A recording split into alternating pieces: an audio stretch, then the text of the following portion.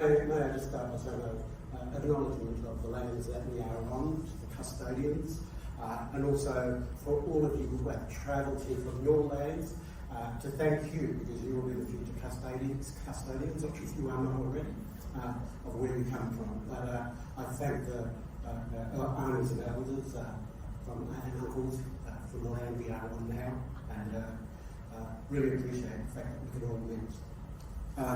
I really like the way that you framed it. I thought, yeah, I got to admit, I do it in a micro, macro kind of discussion. It is about truth telling. It's about the ability to share with you what I went through, and probably when we talk about truth, what it meant to me.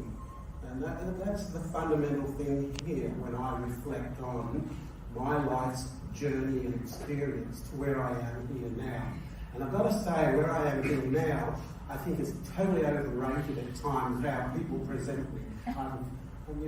I've got to say, I make good decisions and I make some, really vile decisions as well, which sounds really weird.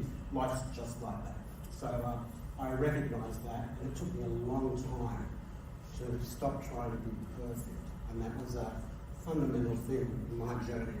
So I'll start. So life is like, for me, I was born in 61, count that back.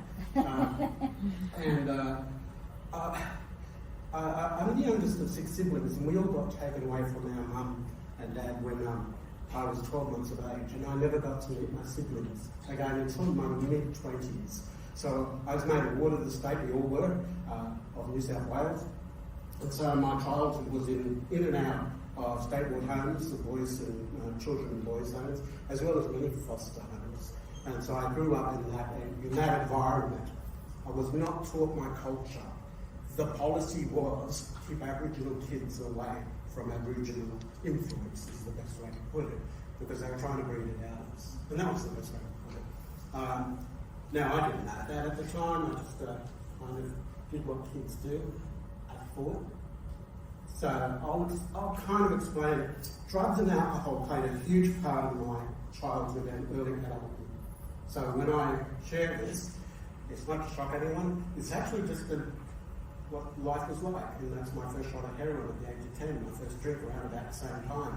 It progressively got worse. So by the time I hit 19, 20, I was a full-on alcoholic addict. And I had to live that way, and then by my mid-20s, I was homeless, living in the streets of Surrey Hills, Waterloo, Sydney, Hyde Park, whatever.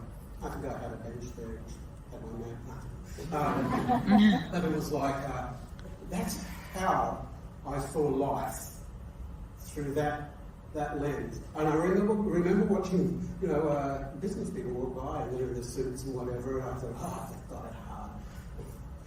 I'll tell you, addiction is it's a full-on disease where denial plays a huge part. I thought I had it all, and I didn't. I just convenience gave him to exist, and at times I didn't think I would, survive and come through. And it's interesting. I look at it, and I was introduced to Method AMS when I had one of my hit one of those rock bottoms, and it's like, I don't think I'd come out of it. And then the counsellor there, she was really, really nice, and she said, you've only got 3 options here, Michael, and that's cycles, prison or death. So you've got to make a decision what you want to do.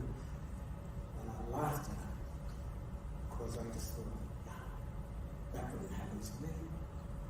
The reality was, I was in a headspace where I couldn't go on. I really couldn't. And I was actually in my early 30s by the time I made the decision that I had to do something serious. So I went out and did more research, as they say.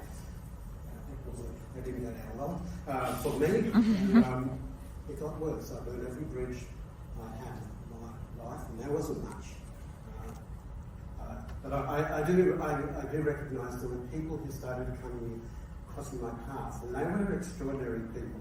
They were, counsellors and whatever, and people from programs, 12-step or cognitive behavioural programs. It's like, so I kind of started listening, but there was just this one counsellor, and she was amazing, and she just had the patience to, this is in crap I Googled, and also just to kind of reassure me that life does go on, regardless of the choices that are made. And she was the one who said to me, they don't have to be good and bad choices, it's just that you make a choice. And I thought that was profound back then. And I didn't really care because I was suffering massive withdrawals at that time. And I can tell you, hopefully, you know, a lot of you haven't experienced that. But, you know, I think it resonated with me, and I to this day, I just remember it. It's all about making choices. So back then, I made the decision I'm going to try to do a program. I went to my first detox, and I thought that was extraordinary. I was at basement 82, Camperdown Hospital. I thought it was a psych ward. You go up and there's that single glass window with wires, and you go up and you look through, and it's like, anyway, when they let you through, it was like a little waterfall and all that. And it was like, what the hell is this? Oh, and you can go and you can leave anytime you want. It's like, really? And they just said, look at the 12-step program. So yeah, AA or NA, it didn't matter. I looked at them and I cried for the first time since I was a little kid, really. And the reason was because I did see the opportunity that was about my future. And I thought, wow, that was profound as well. And so from there, you know, I got asked lots and lots of questions. They gave me a 100 questionnaire. You know, it's like about my drug and alcohol use, and I sort of it out, handed it, and they came back and said, "Now be honest." And I go, "Oh, okay." So I just bullshitted my life all the way through a lot of my life from my childhood, and so when I did, they just said, "Look, it's all right. There's nothing there that's intrinsically bad, except I will suffer." So they said, we've got programs, we can do stuff, we can put you in, short-term, long-term rehab, we can do whatever. It's like, so for another 6-7 years, I went through this rehab shuffle, as they call it. It's painful. I think, I thought it was bad on the street, but you do a program like that, so that is even worse than mine. Although it was so my life, that's the main thing, it's a big difference. But I did it, and then I made the decision. So I think I'm about 30 years through it, so I don't know. But I mean, it's pretty amazing when I think back to where I was. I'm dead old when I think about it too. But I do look back on it, and I think this is the beginning back then when another counsellor kind of pulled me out and said, what do you think kept you locked into that lifestyle of substance abuse, homelessness, and dereliction, or whatever you like to, whatever it was the term. And I've got to explain here something too. I was not as articulate as I am now back then. So they had to kind of translate the garbled crap that come out, and they would replay it to me and say, yeah, that's what it is. And so I would say the response I had to that question was, and it's one of those things you got like an epiphany, and I just said this total reliance on government funding and grants, unemployment programs and disability. I was on disability for so long that I didn't know the difference, but when I got asked that question, I said, that's what the problem is that I've got, and I don't know what to do about it. And she, that counsellor then left me and said, just go and think about it. What do you want to do about that in your life? So I kind of went back a few days later and said, I want to reject all welfare and all its forms, and then I got asked, what are you going to live on? Like that. This is when it gets difficult. And I thought, okay, I went away for I think a few more days, and I came back and I said, I don't know where it came from. I want to start my own business. And they just said to me, you're going to get shit. Was the first thing. But secondly, they said, what would it be? Now, you've got to understand, this is the very early 90s. So World Wide Web had just come in, the internet was just full on. It didn't matter where you looked on the news, whatever, there was billions being made, billions being lost, one cell, if anyone remembers, yeah. I do. And it's like, showing you that. Yeah, exactly. But the whole thing there was, for me, I just thought, oh, maybe if I had a little slice of that. And it wasn't to make me wealthy or anything like that, it was just to become financially independent where I wasn't reliant on anybody. And that was it, charity, government, whatever, and that was my big focus. And what happened, I was really happy, and when I told the counsellors and that, they said, oh, that's wonderful. All you've got to do now is learn how to, draw up a business plan and find understanding about your financial things, with the technology and what you want to sell, and it's like, I just thought that's the biggest mistake I ever made, to kind of go back and say that. Anyway, I went back out and did more research on the street, and then I came back and I thought, I was doing that. And so I settled down to learn as much as I possibly could. Some things I couldn't. I just didn't have the skills. I never went through school. I never went through university. I had none of that whatsoever.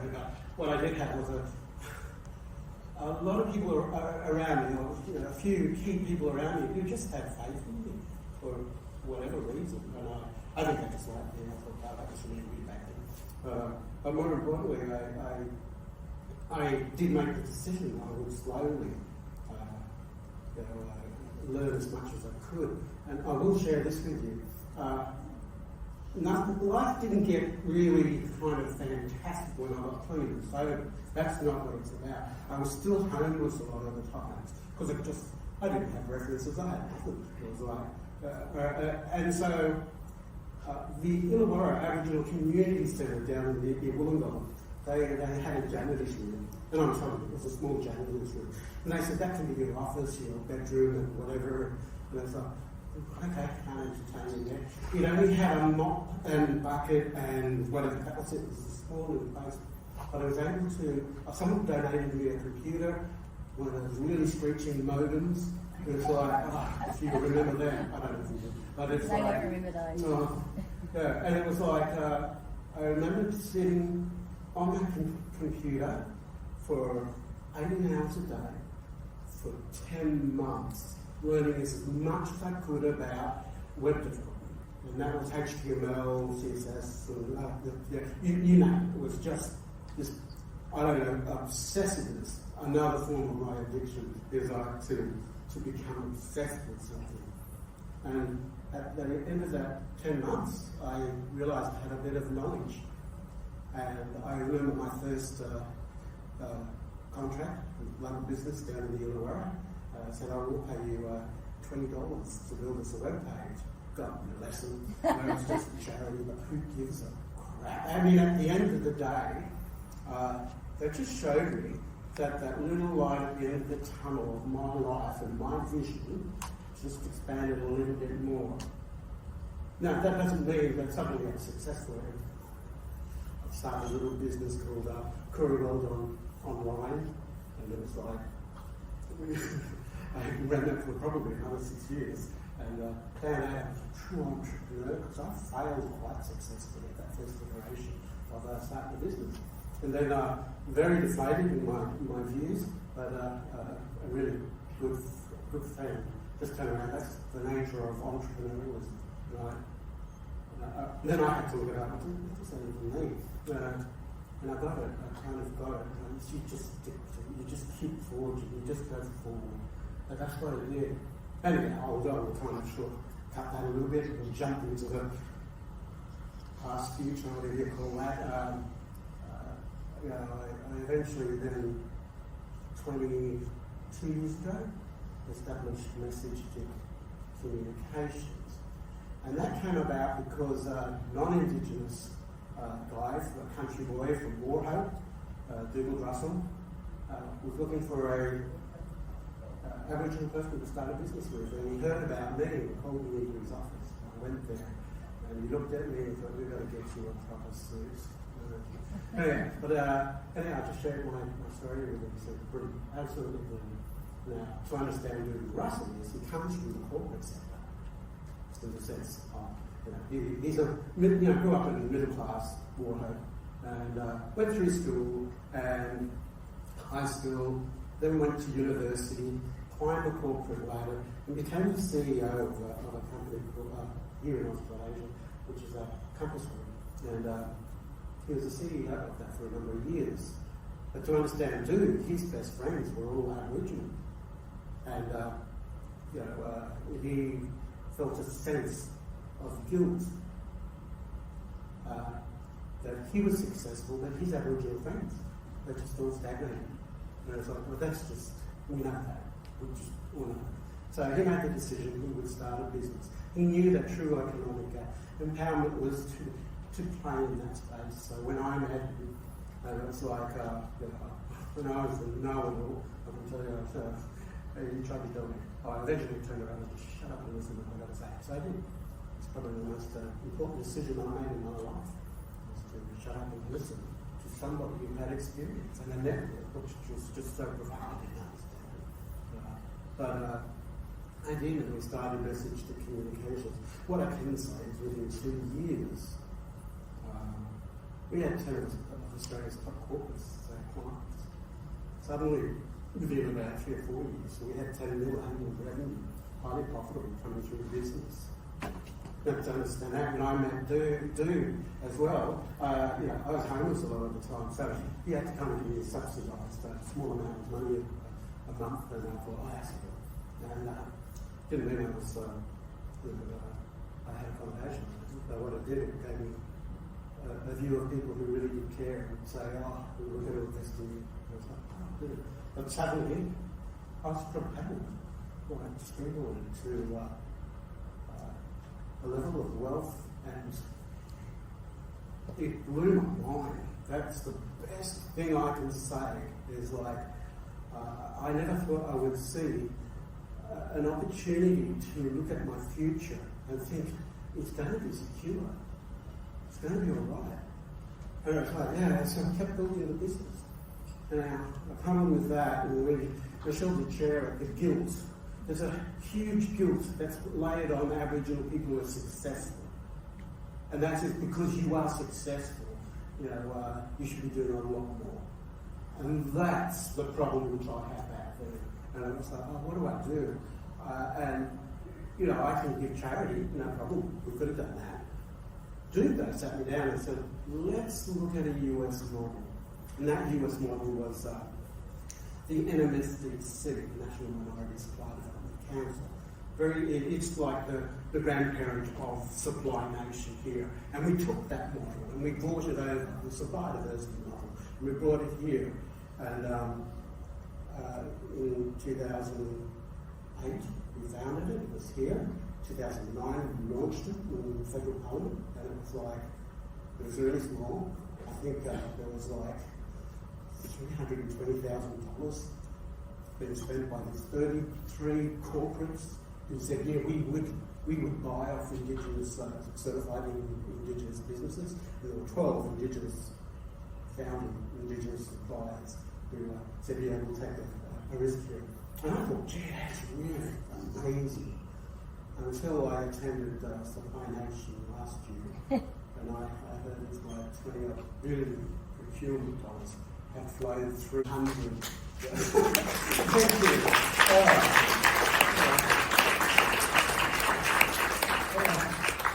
you. It blew my mind, and I just kind of think, And then a report came out that was looking giant arises, and it was funded by the Supply Nation. It actually talks about the social value on an annual basis. It was $42.6 billion annually that impacts Aboriginal Australians right across Australia. And that blew my mind, that one. So I stayed away from Supply Nation for a while, because trying to even absorb that. But to be a part of that. So to be honest, I'm a co-founder with Do. We established that as a means to give back to Aboriginal people who had the entrepreneurial spirit and wanted to just have a go. And we would support them in the best way that we could. And that's why, I gotta say, they are extraordinary things, because the one stakeholder we needed to hold accountable was our federal government. Because when we went and saw them and said, we're going to do this, and they said, what do you want? And we said, yeah, we want you to stay honest. We don't want money from you. That was the whole thing. This process would be between, it's business. You don't need your interference. And anyhow, I thought about it when we left, and I said, dude, I think we missed a big thing here. So we went back to, Jenny Mack was the Federal Minister for Indigenous Aboriginal people back then. And we said to her, look, we can't let you off the hook.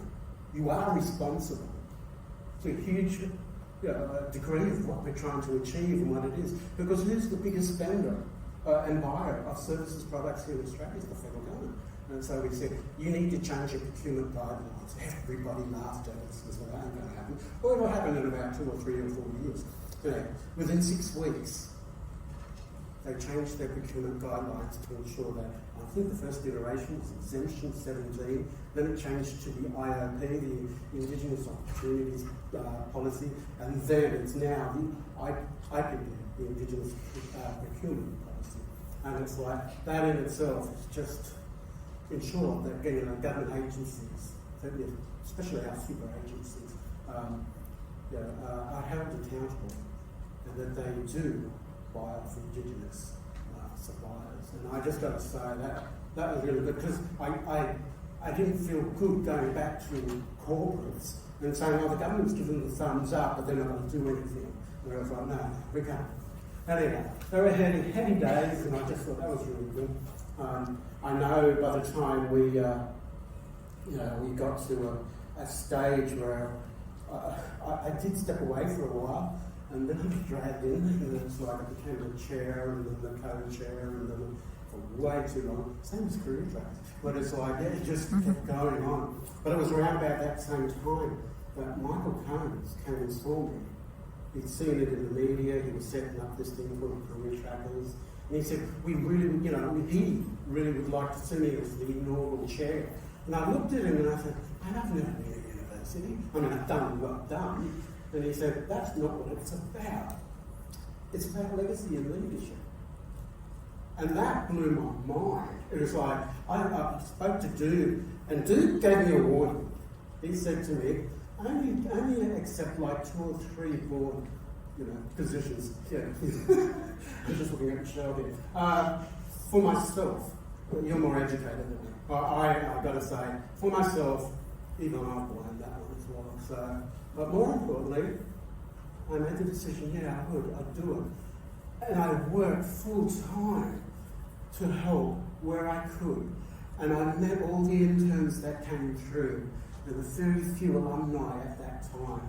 And I provided the support that I could possibly give. And one of them was around world trips. I thought, I've got to do that. It was so important that we show our value. And an old farmer like me can get up there and say, I value exactly what you do, because I know what you're going to take back to community. And that's the most important thing, in my view, So, when I think about it, I go, all right, that's really good. Now, I've got to say, at the same time all that's happening is that Kevin Rudd gave the apology. I got invited to to witness it from the chamber, and it was like, I was in tears, because from my perspective as a survivor of the stolen generation, I never thought in my lifetime I would hear a Prime Minister give the apology to all of our survivors, not just that, to all Aboriginal people right across Australia, and then on behalf of all non-Aboriginal people and Australians. That was just so profound. So I left there thinking, oh wow, just overwhelmed by it. But I do remember I went in and saw Jenny McLeod, she was the federal minister again, and I went in and I said, what are you going to do for the first anniversary? And she said to me, I don't know if I should share this. Oh, okay, I won't share it. But she said, we're going to put the word out that all Australians have a morning barbecue to celebrate. I just looked at it and I thought, you've got to get, I didn't say it, so I just left it. We're going to do something a lot more tangible, that means more. And I then hired the Canberra Press Club, and our first national apology breakfast was 30 people, was meant to be for 30, 70 odd people turned up. It's like they all wanted to. Richard Miles, the current Deputy Prime Minister, he came and was our keynote speaker, and I thought that was really good. And it was just exploded. But more importantly, and Michelle did share, what it's about. It's about our elders. It's about our aunties and uncles. It's about the trauma that's been created, creating intergenerational trauma right across the board for our youth, which is struggling now, your juvenile justice, everything you hear about it's horrific. And I share that with you because there's something else that comes up there. But the national apology now is the permanent home is down at the Great Hall in Parliament House in Canberra. And I think that's nice to a certain degree. I don't think it should stay there because that becomes very ACT-centric. And this is that national apology breakfast is all about all Australians. I want it. Anyhow, it's 18 years next week. It's just blown out by that. And but more importantly, it's like corporates are now stepping in. They want to do something. They want to take it because it'll be 20 years in 2 years' time that government does an apology, and we want to make sure it goes national and it stays national, and it's not owned by anybody. I mean, people identify it with me, but then that's got to stop. My belief is that all Australians, all Aboriginal and non-Aboriginal people need to have a stake in it and to have a say as to how we move it forward. So you'll probably hear from me in the future. But more importantly, I am really proud of the fact that I was able to do something. The sad part is that not much has changed. It hasn't closed the gap. It hasn't done anything that I had hoped, except a lot of our decision makers, be they political or corporate, attend on an annual basis, and we share that. It's like they go to church and then they give a confession and they're absolved and they go away and they come back. And it's like that's exactly like how I see it. So I've got a speaking gig next Friday, and I'm going to challenge that with all those who attend. And the reason being is that I still look at our young people who are incarcerated and the ages right across Australia, every state and territory, and I think that's unforgivable. That we as a nation, a wealthy nation like us, if we put up with that kind of mentality, that thinking. So that's my next thing, the Message to the Foundation, which Michelle is a proud board member and the deputy chair. And I'm the co-chair. I've got Anita Lee Holmes. She's extraordinary. She was on Career Trackers with me as well at that time. And it's like, we're looking at the future and what does it mean? No, okay, so that's really nice. But what does it mean? I didn't set out to be a leader. I'm telling you, I had no idea that this would be the springboard effect, that this would occur. I had no idea, and I would say at the end of the day, I'm really proud of it, but I get embarrassed when I get awards like last month. That came out of the blue, thank you, Adam. It's like, I'm appreciative of it, but more importantly, I kind of think awards like that need to go to you, not me. I'm an old person. It's like, no. We should be recognising and celebrating exactly what you're doing. It's like, that is the fundamental thing here. It's why I became a part of Career Trackers. And then I took a break, extended break, a few years. Really back in. Okay. And Todd, where he's alumni. Yeah, so he's over with him. But when he said he was going to do give tour flights around the world, and I was like, let's stick together. I haven't done that in a while. It's like, okay. And I don't realise sometimes what my actions do and the impact it has. It's not that I go out to do this. And I do hear people say, "Oh, you're really wealthy." I mean, seriously, if you look at where I live and how I live, it's like, me, I got 9 cats. That's not a wealthy person. Actually, that's a really sad person. But more importantly, I have something I never thought I would have when I was younger, and that was certainty about getting older, and that I would be looked after. But I had to look after myself. That decision was a fundamental thing. And I go, all right. I got a carer, Robin. She's an amazing woman. I got her to move in to look after my foster dad at the time. In COVID period, he was in his 90s and eventually passed away. But I needed someone there to help me look after him because I wasn't going to put him in a respite home or anything. He could stay home and die. And I used to say that to him. No mushrooms here. No, but it's like, and at the end of the day, he just died of old age, not COVID. It was like, he died at on his birthday, 94 years of age, and his extraordinary life.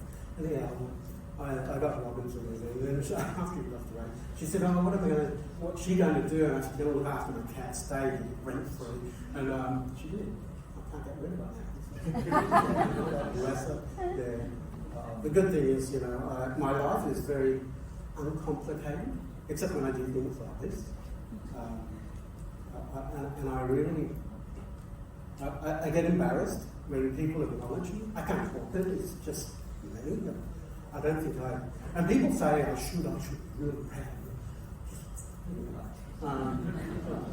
That's not what this is about. What it is, if I can provide you any information in regards to what it means to be a success, or what it means to be a leader, and what does legacy mean? Because you've just heard my story compacted with, but it's like I didn't set out to do all that. It was the times were right. It was the people I met. We all had an impact. I'm looking at Andrew at the back there, like, wow. When you started, you were that, like, sorry, Vissy, Andrew up there. And I just think, when you create your own way forward, and it can be planned, but if it's not, that's all right. The most important thing is, I said it earlier, you make choices. It doesn't matter if they're good or bad. If they're good, fantastic. If they're bad, you'll learn from them. That's all. And maybe I shouldn't say bad. Maybe I should just say negative, positive. I don't know. Anyhow, but the most important thing is, where I didn't have any education, I was like, probably just learned on the fly, as they say. You guys are in the most extraordinary position to take advantage of everything that comes along. And you've got a great, chair, and you've got Adam there, and the most amazing career trackers team to be able to support you all. And that is so good. It is just like, it didn't exist in my, as I grew up as a kid, or whatever. It was like, and I like, when Michelle says that 5 minutes, thank you. I wasn't even looking. She's running back and forth. Sorry, 5 minutes. And I was just getting to the end too. But it's like, at the end of the day, when I think about it, not many people get the opportunities that you are afforded. And why? Because they haven't made the decision of what they want to do. You have. So, I will just leave you with this. I'm a really proud Aboriginal man. I wasn't when I grew up. But the end result is I can do things now which I couldn't possibly do when I was younger, or growing up, or in my addiction, or anything. I now listen wholeheartedly to anyone who advises me, who tells me, pull my head in, I will. Unless it's stupid advice. But I'm just really proud to be here. Thank you for the invite.